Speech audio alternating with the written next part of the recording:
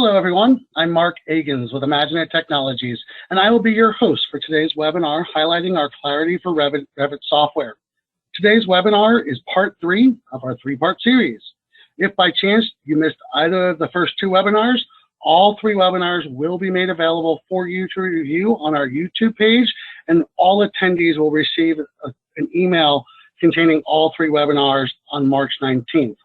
Before I introduce our guest speaker today, I will show a quick 2-minute video to introduce you to both Clarity and TK1SC. IMAGINiT Clarity is technology purpose-built to enhance your experience working on Revit and BIM 360 projects. Clarity offers AEC firms the opportunity to gain deep project insight, protect model integrity, and collaborate more effectively while regaining hundreds of hours per project per year. Complex workflows and manual, repetitive tasks can eat up valuable billable hours. Assign these workflows and tasks to Clarity and quickly see increases to productivity and efficiency.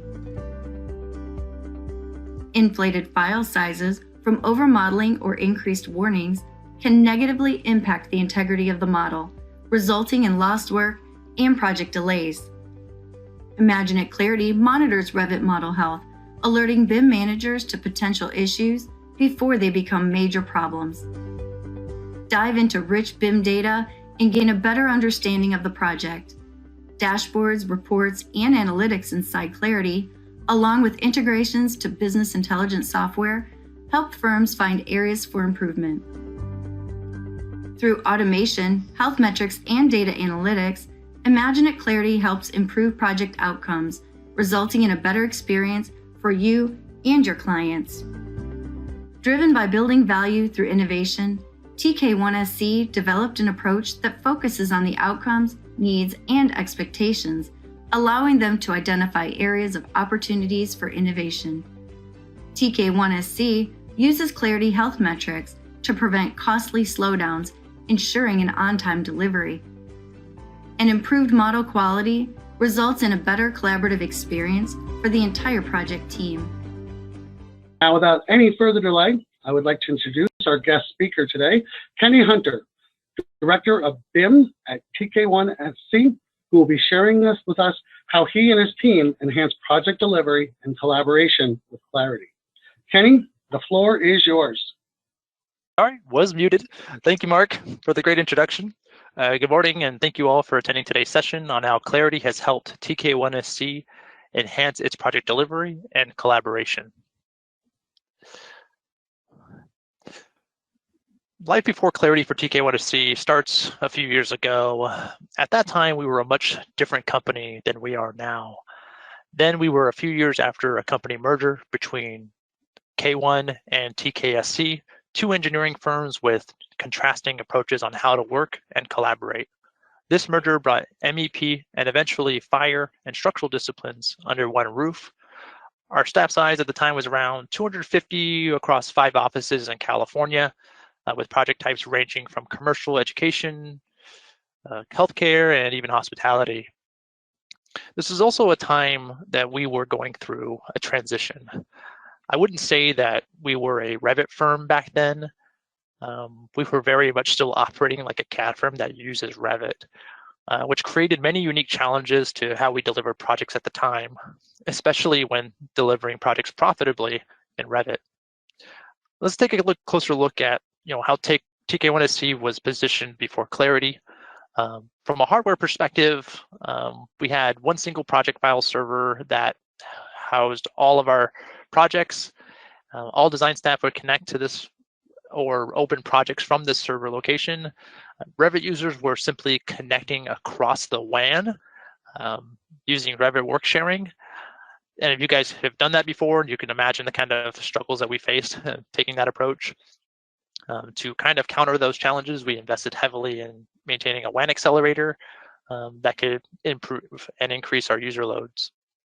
But because we were still transitioning to Revit, our Revit user base was still pretty low at the time. So we weren't getting a lot of kind of issues with models per se, though we were having crashing problems. If we were a much larger Revit user base, it would have been a much worse problem. To kind of combat some of those issues, we did end up investing in VM solutions to help mitigate the WAN crashing, with users from remote locations logging into VMs that were located at the server site. From a software perspective, our deck included Revit, AutoCAD, Navis, Bluebeam, pretty standard stuff. We also had BIM 360 team licenses. We had all the right tools to get the jobs done. Getting teams trained up on how to maximize their proficiency was where our focus was at the time. We believe that training everyone would yield improved turnaround times to our project delivery and overall quality of our work. Trained teams ended up being productive in Revit. However, we still were not making as much of a profit as we would have liked. To give you a window into our process at the time circled around kind of a CAD drafter pool mentality, which used to be an industry norm back in the days. And teams who didn't have training yet or didn't have enough experience, and some tools relied on the BIM group to supplement that deficiency. Exports from Revit models were one of the most common requests we were getting at the time, which required dedicated hours from the BIM group to download, open, export DWG files, Navisworks files, and even create PDFs for some CAD teams who maybe they got a Revit model and they want to see the architectural sheets, but they didn't have the skills to do that. So we were supplementing that at the time. Some projects even consisted of one discipline in Revit and other disciplines in CAD. If anyone on the call has ever been in a transition, you get this kind of dynamic from time to time that some teams elevate really quickly while others may not. And because of that, I can go into a long story, but I probably shouldn't. That's a story for another time. But to move forward with other tools that we were leveraging, Navisworks was another tool we were leveraging, and we were able to perform clash detection sessions with our teams. The BIM group would clash models, hold internal meetings, and review clashes, then assign a design team member or a BIM group member to kind of go in and resolve those in the models. A lot of steps had a reliance on a single group to do everything. This presented many challenges for us, as you can imagine. One of the items that we were focused on, and I mentioned it earlier, was health metrics for our projects. With more people hopping into Revit, we wanted to make sure they were implementing good practice following their training. Project delivery was a struggle for us, though improving through training, it was still a last-minute fire drill to get the project out the door on deadline day, at times leading to missing content on sheets or having plans look completely different from another team. Access to the latest information was not as immediate as it could be. Some information was updated in the model, while other information was supplemented on CAD plans, leading to information disconnects.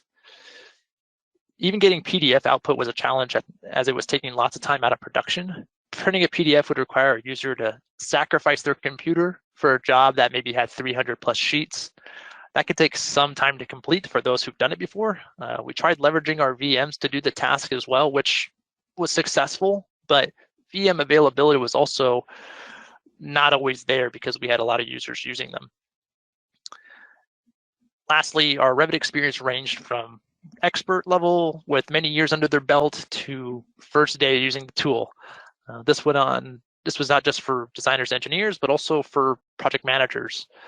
We had many PMs asking the BIM group to create PDFs for the team because they didn't know how to do it, or that they were afraid they would break something if they did.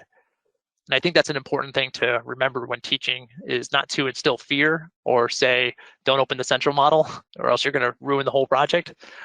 That fear of failure kind of causes individuals to avoid using the tool, which can create major problems down the road. And that certainly was one of the stigmas that we had in our project manager group. So the tipping point, as much as our delivery was a challenge for us, we were still getting jobs out the door. We were still focused on the fact that our teams were not trained. They weren't as proficient as they probably could be. Once they were trained, many of these issues would probably resolve themselves, which is true to some degree. But for that fact, we were still prioritizing project health, model uptime, reducing our sync times and reducing our open times to validate that our training was working. At this time, we were collaborating with Nick Kramer, who was at LPA, who's actually the presenter for part 1 of this series. We did this because we had lots of projects together, and it just made the most sense to investigate that further. So please check out Nick's session on part 1 session that he did as part of this series. It's a great one. And it kind of explains more about what our project health journey looked like together. Now, while we were kind of going through this development of project health metrics, we came across Clarity as a project metrics capture tool. The tool seemed to do everything that we needed, but much more easily. And after years of working on project health together, we didn't really want to waste any more time investing in our own tool. Let's just onboard the tool that can already do it, and with a team or a partner that's capable of hearing our feedback and implementing our changes that we need. Joe, Matt, the rest of the group at IMAGINiT was very helpful in that effort. So we decided to go in the new direction with them. I would say the biggest surprise we found was that Clarity also automated tasks inside of Revit. We didn't know that going in. We just thought, hey, let's get project metrics out of this. This is cool. Task automation before was really just being done by Dynamo and in some capacities, placing families on plans, extracting information, highlighting conditions. However, those were not necessarily helping deliver the projects any faster or getting them out the door any quicker. Yeah, they were cool. We got some information out of it, but when you were like us, a design engineering firm transitioning between CAD and Revit with a mixed user base, your mileage varies depending on who's reviewing that information. So we saw this task automation opportunity to help get us to a place where we could be more productive and profitable on Revit jobs. We were looking for pretty much anything at this point because Dynamo was working, but not to where we wanted it to be. This tool seemed like a no-brainer for us at the time. Lastly, we, because of that mixed user base, sending us lots of requests to do simple things. As I mentioned earlier, the BIM group got lots of requests to just, hey, can you get me a Navisworks export, or can you create a PDF for me because I'm afraid I'm going to break it. Well, we saw this as an opportunity to kind of get those people to touch the model without actually going into the model.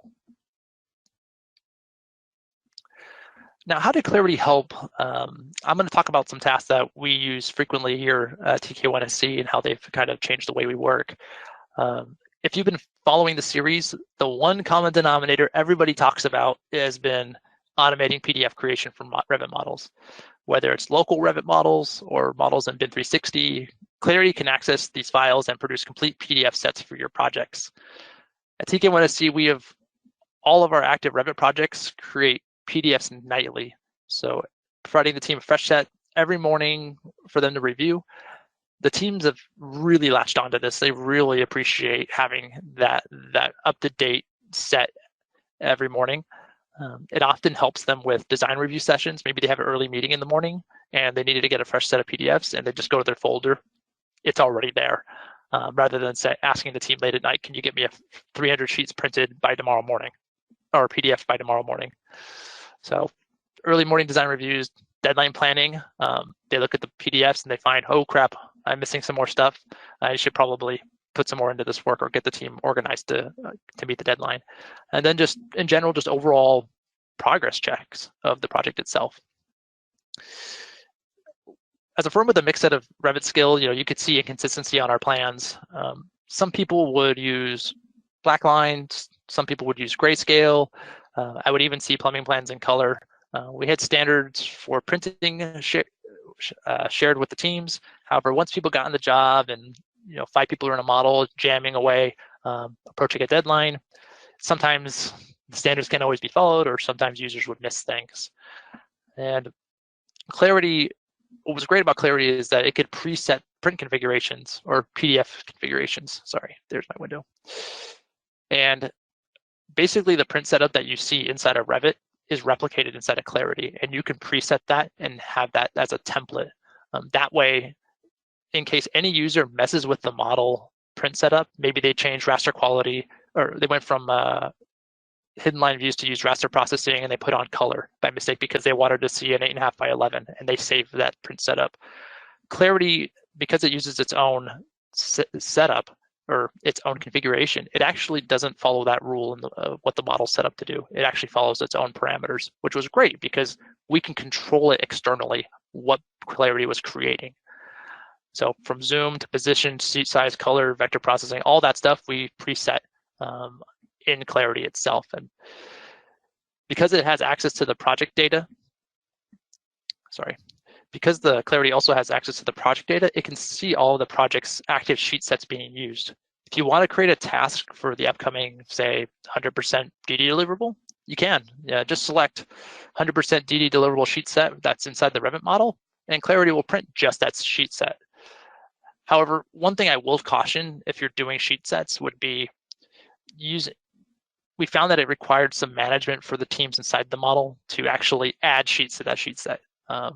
So if they'd said, if we're going to do this deliverable, use this sheet set, you better be sure all the right sheets are checked and nothing more, nothing less. Otherwise, you're going to get extra sheets that aren't supposed to be there. But because we couldn't get consistent results from the teams, we opted to use our settings to be use sheets that are included in the sheet list is the variable that we use. So if it's on the sheet list, it will print from Clarity. If it's not on the sheet list, it won't print. And that really cleared up a lot of things. And we really communicated to the team that make sure your sheet sets have what you want, because that's what you're going to get. And since doing that, we've had a lot better results coming from that. Revit printing is a WYSIWYG. If people don't know what WYSIWYG means, it stands for what you see is what you get. Clarity is in the same in this approach. It will print the sheets exactly how they appear inside the model, which can provide great insight to the current state of our deliverables. One story I'd like to share with this specifically is one of our partners, Ron. His team had a 100% DD deliverable for a Wednesday, and Ron was not a Revit person. He's a partner level, he's executive, he's not hopping into models to print stuff or to look at things. He just tell me where it is in the files server and I'll find it and I'll look at it. The morning prior to the deliverable, he navigated to the project folder because he had heard that Clarity was printing these PDFs. And he took a look at the status of the deliverable from the previous night's PDF creation. And he was shocked to find that many of his sheets were blank or missing content on the plans entirely. As you can imagine, this sent kind of a shock followed by a whirlwind of calls to his team. Panicked, the team kind of was able to recognize that the content was created, however, it just wasn't on the sheet. And this situation was more of the team has been under the gun and behind the 8 ball at the same time, leading to missing content. They were just rushing through a job and missed some things. But overall, it's a great example of how Clarity has been leveraged by our PM level all the way up to our executive level to check the statuses of jobs. Otherwise, without checking, in this instance, maybe we wouldn't have found out until the day after, the day of the deadline when we printed, that things were possibly missing or not looking correct. So it may have been too late to turn that around. Enough about PDF talk, though. If you guys have been with us for 3 sessions, there's been lots of PDF talk. If you haven't, check them out on the other sessions from Nancy and Nick. But I'd like to talk a little bit more about where else we're using Clarity. We had a dedicated specialist for a while working with teams to coordinate their models using Navisworks. This individual was opening models, exporting, appending, clashing all on his own every day for various projects. The time investment and cost to do this was very high.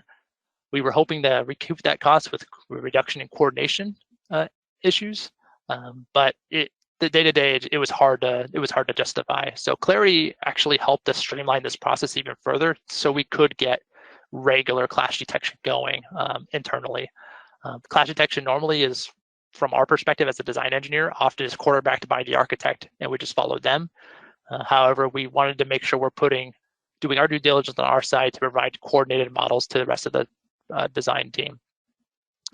But by moving the process over to Clarity, or at least getting Clarity involved, we were having Clarity export the NWCs, which saved lots of time from opening models locally or even opening models on BiM 360.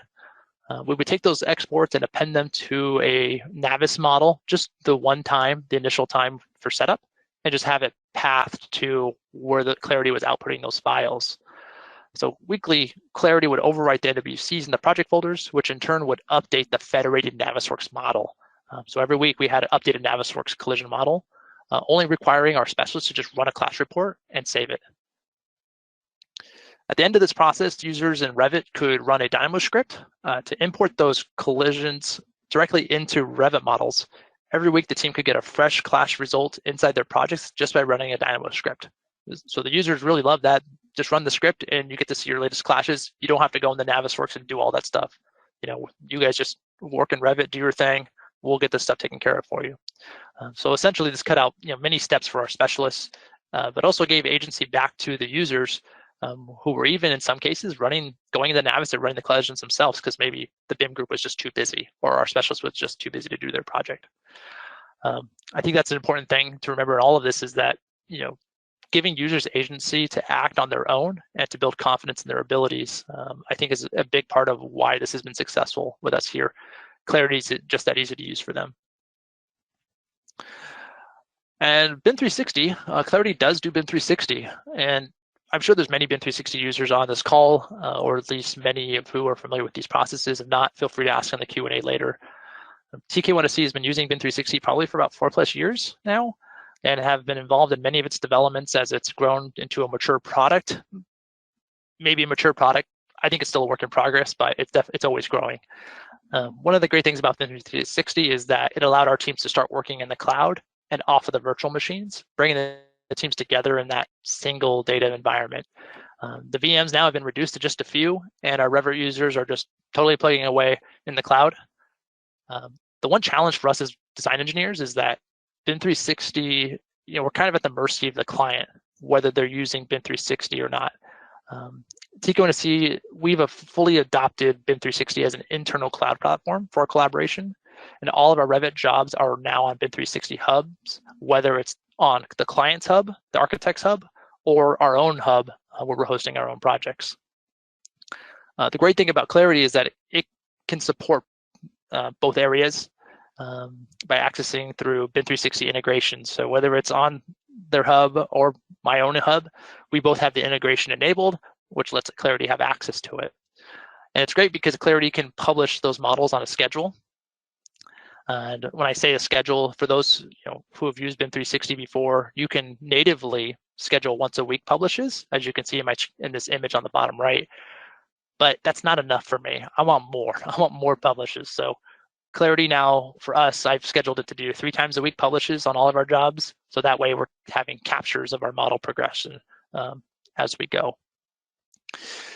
And also too, if we want to find that we want to download models, Clarity can do that too. We use it to archive our BIM 360 jobs regularly to have a version of the model stored locally. And that's been great for us because before you had to either go to the website and download the published version of the model or open each model and do a save as somewhere, which for someone to do. And if anyone's ever downloaded off BIM 360's website, when you hit download on a model, it actually downloads every model that's linked to it too. So sometimes you get 2 GB, 3, 4 GB size zip files being downloaded. So using Clarity to download it cuts out that time from the users having to do it. Clarity will take care of that for you. And last but not least, Clarity not just pulls stuff down from the cloud, but it could upload content as well, whether it's BIM 360 or FTPs or even share files. It can, for these jobs, you can create, when you create PDFs or when you create DVGs or Navisworks exports, you could actually set it to save as, not just in your file server, but also save as in the cloud, whatever cloud platform you're using. And when I say whatever, I'm talking about the FTP, share file, or BIM 360. This has been a welcomed addition by our trade partners because they may not be in the cloud at all, but we can still send stuff to their FTP and run that on a regular basis. So every Friday, we can coordinate with them. All right, guys, every Friday, you're going to get updated PDF sets. And that's been great. And all they do is download it, and they look at it. If they have questions, they let us know. But they don't have to constantly be pinging us. Can you give us a new set? Can you give us a new set? They already know it's going to be there on that day.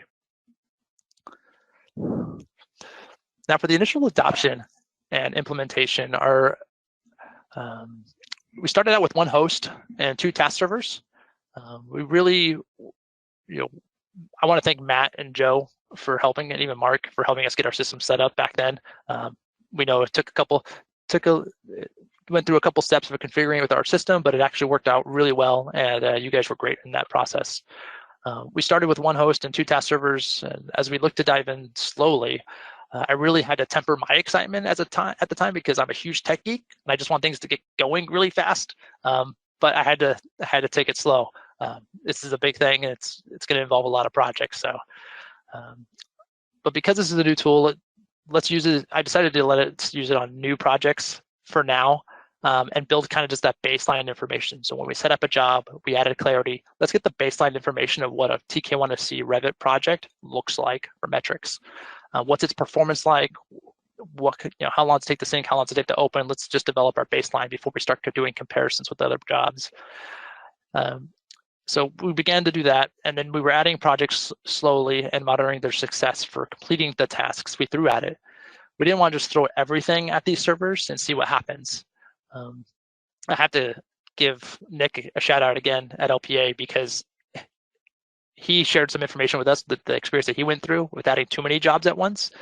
So we kind of walked in his shoes for that part of the implementation to really take it slow and add jobs. So if you throw too many jobs on it at once, it's too much data to troubleshoot, and it's hard to nail down things with too much data. So my recommendation is, if you do implement Clarity, start slow, build your templates, and get a process in place.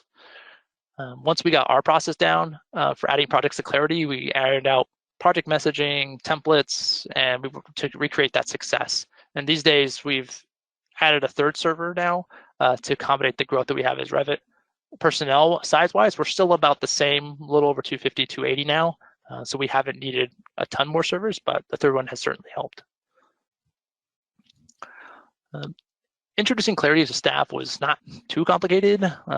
We went through some training efforts. We started with the admin training with the BIM group to understand how to manage the platform, followed by trainings for project coordinators, design engineers who were essentially power users that would be able to create tasks as needed. And then several weeks, we kind of went back and forth with the power users and the admins, creating tasks. We were able to troubleshoot additional errors, crashes. One example being, if you use Clarity, Autodesk Desktop Connector needs to be signed in on the task servers. If it's not, your Clarity PDFs will not have backgrounds. So if you're using Desktop Connector, always make sure you're signed in. Once we ironed out those kinds of kinks, the rest of the staff, we kind of introduced it to the rest of the staff with a lunch and learn, and then had smaller breakout sessions for specific teams that had Clarity working on their jobs, just so they knew kind of what this thing was doing in the background. After a few months, we took a look at how Clarity was doing. There were some issues that we had faced with adoption. As with many adoptions and implementations of new technology, it's hard to get people interested sometimes because, engineers just love change, right? We love change, we love technology. Of course, that's not usually the case. Engineers are hard to change sometimes. We found our automated tasks at the time were kicking butt and working as predicted. However, what we didn't anticipate was the lack of user tasks being performed or user involvement as a whole. Teams at the time were not showing much interest and easily reverting to old habits. We performed a survey that revealed that many have not tried Clarity or even said, "What is Clarity?" even though we'd been plastering it everywhere for months. It happens, I know. Or they'd say, "I'll get to it later," or "I'll eventually do it." At TK1SC, with the past implementations that I've done, I found that people tend to be motivated by competition and prizes, right? Everybody wants that prize stapler or that prize pen set. So what did I end up doing for this implementation is we decided to incentivize using rewards and basically adding a little competition to get the more platform usage from the team. I decided to hold monthly counts of who was using Clarity and reward them with points. These points would be added up at the end of each month, and winners were granted in each office. Users could win multiple categories and earn multiple prizes for their efforts.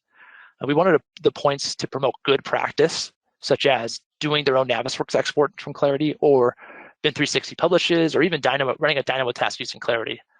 But we also wanted to discourage poor practice or use of CAD in this sense. We didn't make DWG exports 0 points, but felt that, if you use that tool, it's great, just not worth as much as, doing your job in Revit. So we made it 0.5 points. Creating your own tasks. If a user showed that they could create their own task and run it successfully and present it to me, I'd give them double points for that task. So people really liked kind of having that validation, as that last one is, I can do this on my own, and I've been able to validate that for them. Now, what are these guys fighting for? What's the competition for? What are these points used to cash in on? Well, squishy stress bricks, of course. If anyone's used a stress ball, these are in Lego format. These bricks came in various colors, and we really wanted people to feel their usage of Clarity be expressed publicly. And I think that's important because not everyone in offices knows how much knowledge people have about certain topics. However, if you saw your counterpart down the desk over have a stack of these things, then you know that guy uses Clarity a lot. And looking at the colors he has, he knows, he knows how to do this stuff. So it was really a good way to get people to talk to each other about it too and promote it around the office. The nice thing about these is you can kind of snap them together, build your own Lego sets. I ended up using catchy mottos like "build better buildings" or "how do you stack up," just to name a few. This really got the team into the groove and using Clarity more regularly. As a result, we saw a huge uptick from people, and also a huge uptick in issues, challenges. More people are using the platform, more technical issues end up coming up. All for the sake of the long run, though, we found our task servers to be overworked and tasks were starting to get backed up. We moved all scheduled tasks to outside of business hours to keep the business hours open for users during the day. This also helped us get more feedback more quickly, as the users were not going to jeopardize their chance at a brick just because of a task errored out. We'd fix the error, they'd get their points. Another benefit was seeing PMs start to use Clarity more often because their teams were using it. The value to them became apparent very quickly as they were building trust in the platform. Effects on projects were positive as well. As with Ron in my story earlier, other PMs were catching mistakes before they were a problem. Model coordination efforts are becoming more frequent now as it was cheaper and easier for users to perform that action. We saw a large reduction in the amount of requests to export CAD or export Navisworks from Revit, as well as a reduction in requests from the BIM group to create PDFs. The BIM group was now having more time to work on technical issues and development, which was improving the company's overall BIM maturity. Looking ahead into the future, Clarity and what are we doing with it now? Where do we want to go? We'd still like to have a better understanding of project health for our projects. We've been able to capture metrics and connect them to Power BI. However, our data is unique to TK1SC and isn't comparable really to any other organization of similar sizes or similar project types. When I'm working on it with LPA on a project, and I say, hey, here's what my metrics look like, I can go to Nick and see what his metrics look like. That's really the only close comparative I have. Or if I'm doing something with Nancy at HMC, she's another person that I can work with to do a comparative and see where we can make changes in our models. But we do hope to start getting into this information, start hoping to get this information into our projects to get in the face of engineers and designers in the day-to-day so they know how their projects are doing. As of right now, I don't have anything inside the Revit model to show them.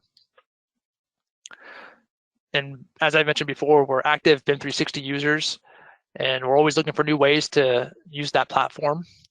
For those who had BIM 360 design licenses, you should, on this call and even now, or outside this call, I guess, everyone's kind of been upgraded to Autodesk Collaborate Pro. If you're not sure what it's including the Pro licenses, I recommend checking it out. It's pretty cool. But the one change that they made in this license was they brought new features of BIM 360 model coordination. It's been around for a few years, but however, it lived as a separate service that you had to invest in, and it was too costly for us to invest in. But we had tested it, and we really thought it was kind of cool. But now that it's available for us to access, it's meaning that we can have BIM 360 auto clash models without requiring a download or a clash test to be run inside of Navisworks. In our current test using this process, we have it working with the published model versions only. So when you publish a model, your clashes will update in the cloud for you, and you can just go and navigate and see the latest clash versions. Another version of it we have is working on the shared models. If you're in a package shared workflow or a package share consume workflow on BIM 360, we've just set it up a coordination space for just that area. When the architect shares and we share, then we can get clashes of those models particularly. We don't work in live shared models, at least we try not to, because if we do work live, we're beholden to the architect and their changes impact us every day. So we tend to work in a shared environment. Now, where does Clarity fit into this? I mentioned earlier, Clarity can do auto-publishing. Can't do auto-packaging yet or sharing of packages, but I think that's something we've been working with Matt and Joe on to see if that's coming down the line. But Clarity, because it auto-publishes, allows us to get these clash results updated more frequently. Like I said earlier, we do it 3 times a week. We publish our models. So that means these clash results are getting updated 3 times a week. And teams can really just log in with the web browser, whether it be from their phone, a tablet, and see what their current collisions look like, and then take those collisions and assign them to other team members. So not to be too BIM 360 heavy in this slide, but Clarity's really helped us keep these things up to date and progress moving forward. And into the future, again, always innovating and pushing the boundaries is where we like to live. We hope to see Clarity be able to maybe automate other tasks outside of Revit, maybe things in Navisworks or maybe even things in CAD, maybe even Windows tasks. I see a task server here that says Clarity's Windows task server. Other task servers may say Clarity Revit task server. So I'm curious to see how Clarity develops this, and maybe Matt and Joe have more insight on that than I do. Just something we're keeping an eye on at this time. Sharing best practices. We've been using it for a few years now, and as you saw, we use it for PDFs. We're using it for Navisworks, coordination, and BIM 360. So here's some things I could probably share from our experience. Number one, using sheet sets for PDF tasks. I mentioned it earlier. I do not recommend this, as in my case, it was dependent on the team to be responsible for the sheet sets being accurate. And also too, that if you are using sheet sets across multiple discipline models like I am, you have to make sure their names match exactly and they are case sensitive. So one team would use 100% DD set. The other team would do DD 100% set, and it wouldn't work in the same task, or you'd have to create multiple tasks for each model. And it was just getting too much management. So I just changed it to use sheet list. Is it in sheet list? Yes, use that. BIM 360 logins. For anyone who was in the last session with Nancy Reyes, there was a talk about BIM 360 logins. Basically, the BIM 360 logins require some management. Clarity has definitely gotten better over the years with maintaining a login. Before, sometimes it would drop the login once a week or once every couple of weeks. And it's more or less an Autodesk issue, server-side credential issue, than it is a Clarity problem. But now Clarity and the guys and gals over at IMAGINiT have implemented ways of checking the expiration date on your license. So I can go to the task server now, and I can see when does my BIM 360 expire. And this one right now says March 24th at 8:58 a.m. So what I'll do is I'll just go in the day before, refresh the credentials on the task servers and on the host, and that way nothing gets dropped. My task servers keep chugging away. They keep doing projects on BIM 360. If you miss the boat and you forget to re-sign in, you'll have a lot of errors saying could not open model or unable to perform task and crashes. So that's the thing to know. Errors and clashes, I definitely take a look at getting IMAGINiT involved on these issues. If you're starting to implement Clarity and you're seeing errors, have Matt and his team, take a look. They've been great at finding the causes of these issues. You don't have to be a journal reader expert or a JSON expert on these files. They know it a lot better than I do. So whenever I'm caught and I don't know the answer, I go to them and they always steer me in the right direction. So thank you guys for that.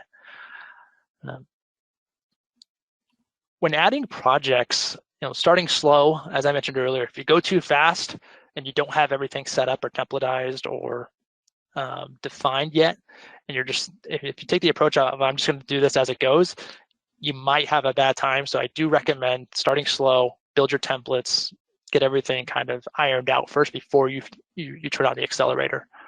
You'll be glad you did. Define a tagging convention. In projects, you can actually assign tags to projects and have them be searchable. And for us, based on project type, client, project manager, we have different tags that people can search for to see who's on what project and how that project is doing. And those tags can be then reviewed in Power BI or Tableau or any other data visualization tool later. Super helpful. Also, don't forget to add Clarity to BIM 360 project as a user. If you don't add BIM 360 to the project, or don't add Clarity to BIM 360 as a user, then it can't access the model. Also, the client's hubs, as I think I mentioned this earlier, need to have Clarity integration on their account. If they don't have BIM 360 integration on their account, then your Clarity cannot access the file. It does not cost anything for an architect, in my case, an architect, to enable the integration to them. They just simply have to email Matt Mason, and he gives them the code to allow the integration. It doesn't impact their jobs. It doesn't cost them anything. It doesn't have access to their private information. It just says, hey, it's just opening the door that says Kenny's Clarity can actually look at his model on your hub. So that's a conversation I have all the time with some clients that don't use Clarity and want to at least have us be productive, I guess. So that's been great having those chats with people. Lastly, Nancy last week mentioned this, and it's a great to remind people as well. Having a specialist on your team that can handle the setups and troubleshooting efforts for Clarity, it can be quite a task when starting out. So definitely have somebody else, a couple people maybe in your group, if not yourself and one other person, have the ability to create setups, look at issues, run tasks, that kind of thing. It'll pay off big in the end. I want to thank everyone on the call for taking your time today. That's all I had to share with you guys, and I'm going to go ahead and pass it back to Mark. Thank you so much, Kenny. I really appreciate that. It was fantastic information. You know, earlier today, I went and looked at your account just to see how long you've had Clarity, and it's just under 4 years. And even though we've lived it together, like hearing you recap that and seeing all the growth from where we started to where we are today and just under 4 years just amazes me. So I really appreciate like you going through that the way you did. I think it was really perfect. So before we move into our QA, and we do have a couple that are sitting in the queue already, I would like to remind all of you that today's webinar was the final event of our 3-part Clarity webinar series. Kenny mentioned both Nancy and Nick previously. All attendees who've attended any of these webinars will receive all 3 webinars and the links to them via an email right on March 19th. I'd also like to remind you all that IMAGINiT hosts many different informative and educational webinars like this one throughout the year. So please take a moment and visit our events page on our website, which is simply imaginit.com, for topics and dates. So let's move on to the Q&A. Kenny, of course, is here live with us to be addressing questions specific to TK1SC. And then, of course, both Joe and Matt are here to be addressing any general or technical questions. As I mentioned, we do have a few questions already in the queue. So let's start with those, but please add as many as you like as we continue. So the first question we have is, what challenges do you have with projects on your own accounts versus those that are hosted on other companies' accounts? So one of the challenges I mentioned in that last slide, getting access, I think, is like the first challenge. Can we get Clarity onto those jobs? And I believe you're talking about Clarity when you asked that question.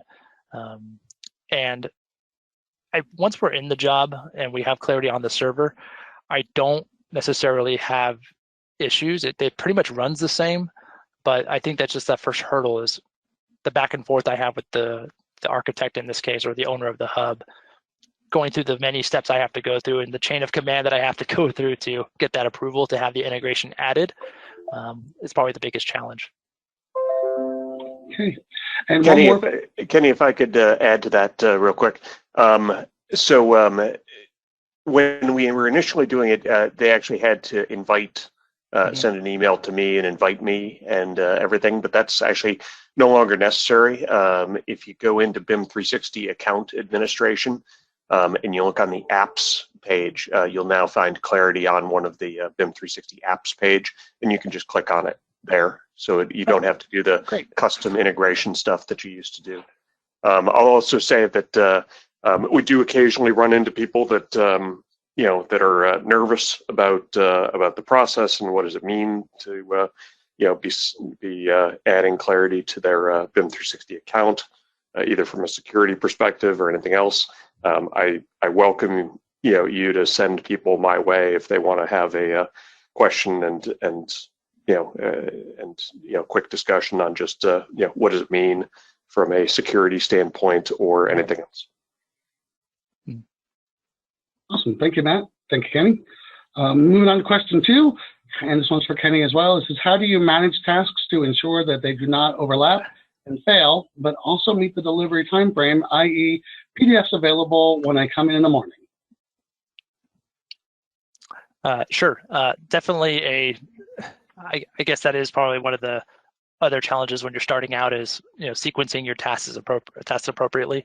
I know from setting them up and having other users set them up as well, oftentimes tasks will be running at the same time of day and getting in and clogging up the queue. I mentioned earlier that a lot when we first started out and we had a bunch of users adopting it and using it after the promotion, that we were starting to get some congestion. So we really had to start leveraging the task timeliner to see, which is a feature in Clarity where you can actually visualize the tasks and where they fall into place, and really trying to bundle tasks together by project as much as we can. I will say that there are times still to this day that sometimes a task will error. We still have to investigate it and find out why. And sometimes there is still a backlog of tasks. But I think it's keeping my specialists. So now I have a specialist that kind of works on Clarity and monitors the service to make sure that things are getting delivered on time and in sequence. And it's just something that we've kind of had to manage. I don't think there's really an easy answer for you on that one. As far as, there's a lot of projects moving, and it takes a lot of time to get those going. I would say probably adding more task servers would alleviate that the most, because now you have 10 workers instead of 3 workers, computers that is, get these tasks out of the way. That's something we would like to do too, is get more servers. As three is like the limit for us right now, and I'd like to have more. Whenever you're ready. Next question. How do you set/determine and then communicate what projects get published on what dates? You said they get published 3 times a week. For the publishing themselves, I basically just pick a time. We tend to do it, outside of business hours. Sometimes I think we have one published task that goes on during lunch, but the published tasks we found have been going really quick. They don't take too much time to do it, but doing it 3 times a week, whether it be a Monday, Wednesday, Friday for a series of projects, or it's a Tuesday, Thursday for some other projects, Saturday, we kind of just offset it the same way we were doing with the other tasks on the task timeliner, isolating publishing tasks and making sure that they're kind of all running around the same time, or sorry, not the same time, but running it with enough room to complete, I should say. Perfect. Matt, do you want to pipe in on that one as well, just from our perspective? No, I think Kenny's got it. I mean, it's just it's just a matter of just planning and watching and correcting and moving on from there. And Mark, Mark, can I add to that as well? Just the reason why that specialist position or someone on your team who's competent and proficient in Clarity is one of these things is, helping organize the tasks, helping organize where they fall in and what they're potentially in conflict with. If a job has to export or do PDFs for 16 models, I'm talking about 300-400 sheets on a job one night, that's a long time for a server to go through. Recognizing that and shifting tasks around is where that specialist comes in really handily. This is actually kind of a perfect segue into this next question, which is, do you have the project teams set up their own tasks, or do you set up most of the tasks for the project teams? So we do. We have a set template that has a lot of the pre-made tasks already configured, And the BIM team or the BIM group still sets up a majority of the tasks. As I said in my promotion, when I was running the promotion, one of the items was, if you can create your own task, great. Let's promote that ability. So we do have users sometimes create tasks, and it ends up maybe throwing a wrench in another task that they didn't know. But it does give them some kind of idea how to manage their tasks and how to update their tasks should they be getting the results or different results. So it ends up becoming a real challenge for one group to manage that for all jobs, especially when there's so many special cases or special deliverables, I should say. But as a whole, the BIM team takes care of the majority. We've templatized it a lot. If the teams can do it, great, but with caution, of course, or with monitoring, of course. Sure. All right, one more. Any advice on sophisticated sheet sorting for single PDFs? Oftentimes, getting sheets to sort appropriately in a sheet list requires one or more sorting parameters. Can those be used by Clarity to produce ordered PDFs? Yes, absolutely. We have a couple projects with some clients who have sheet order parameters. The architect has specific sheet order, sheet convention, sheet prefixes, and Clarity can actually prefix each single sheet PDF with that sheet order number. So example, it's a 4-digit number ranging from 6,000 to 9,000, and each first digit represents a different building, and then subsequent digits represent different areas of the building. But the order has to be very unique and specific to what the client needs. So in those instances, we were able to get Clarity to say, I want you to prefix the file name or prefix the file name with that sheet order number. So when you export or when you output those single sheet PDFs, it just goes to a folder location, and they're already sorted by name by that order number. And then you can just staple them together, and that stapled sheet set is already in order now. I'll also jump in. I mean, if you do use the combine feature inside of Clarity, you do also have the option to have a sheet order parameter that you can configure inside of Clarity to to have us do the combine, and you can actually have even multiple sheet order parameters. You just do comma delimited, sort based on this, and then based on this, and then based on this. So, and Matt, does that work for? I guess that would work for single sheet too, right? You would just end up exporting it. I guess if you exported it out to single sheet, would you lose that sorting? Well, I mean, I think really offer it when you're doing the combined option. So, okay. So if you either sort of go with one PDF per sheet, and then it's just the file name's the file name, or you go combined and it's a single file name.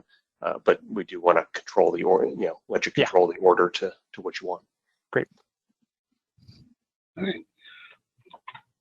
So that appears to be all of our questions for today. If you would like to get in contact with Kenny directly, please reach out to him via his LinkedIn. And if you saw his non-COVID haircut, you would not even recognize him from his photo. and before we close out today's session, I would just like to thank you all for attending, whether you attended just today or all 3 sessions. We really do appreciate you coming in and hearing from our clients on how they're utilizing this product. Of course, I would want to thank Kenny for his time and his expertise. So with that, I will say thank you and goodbye to everyone. Have a great rest of your day, guys.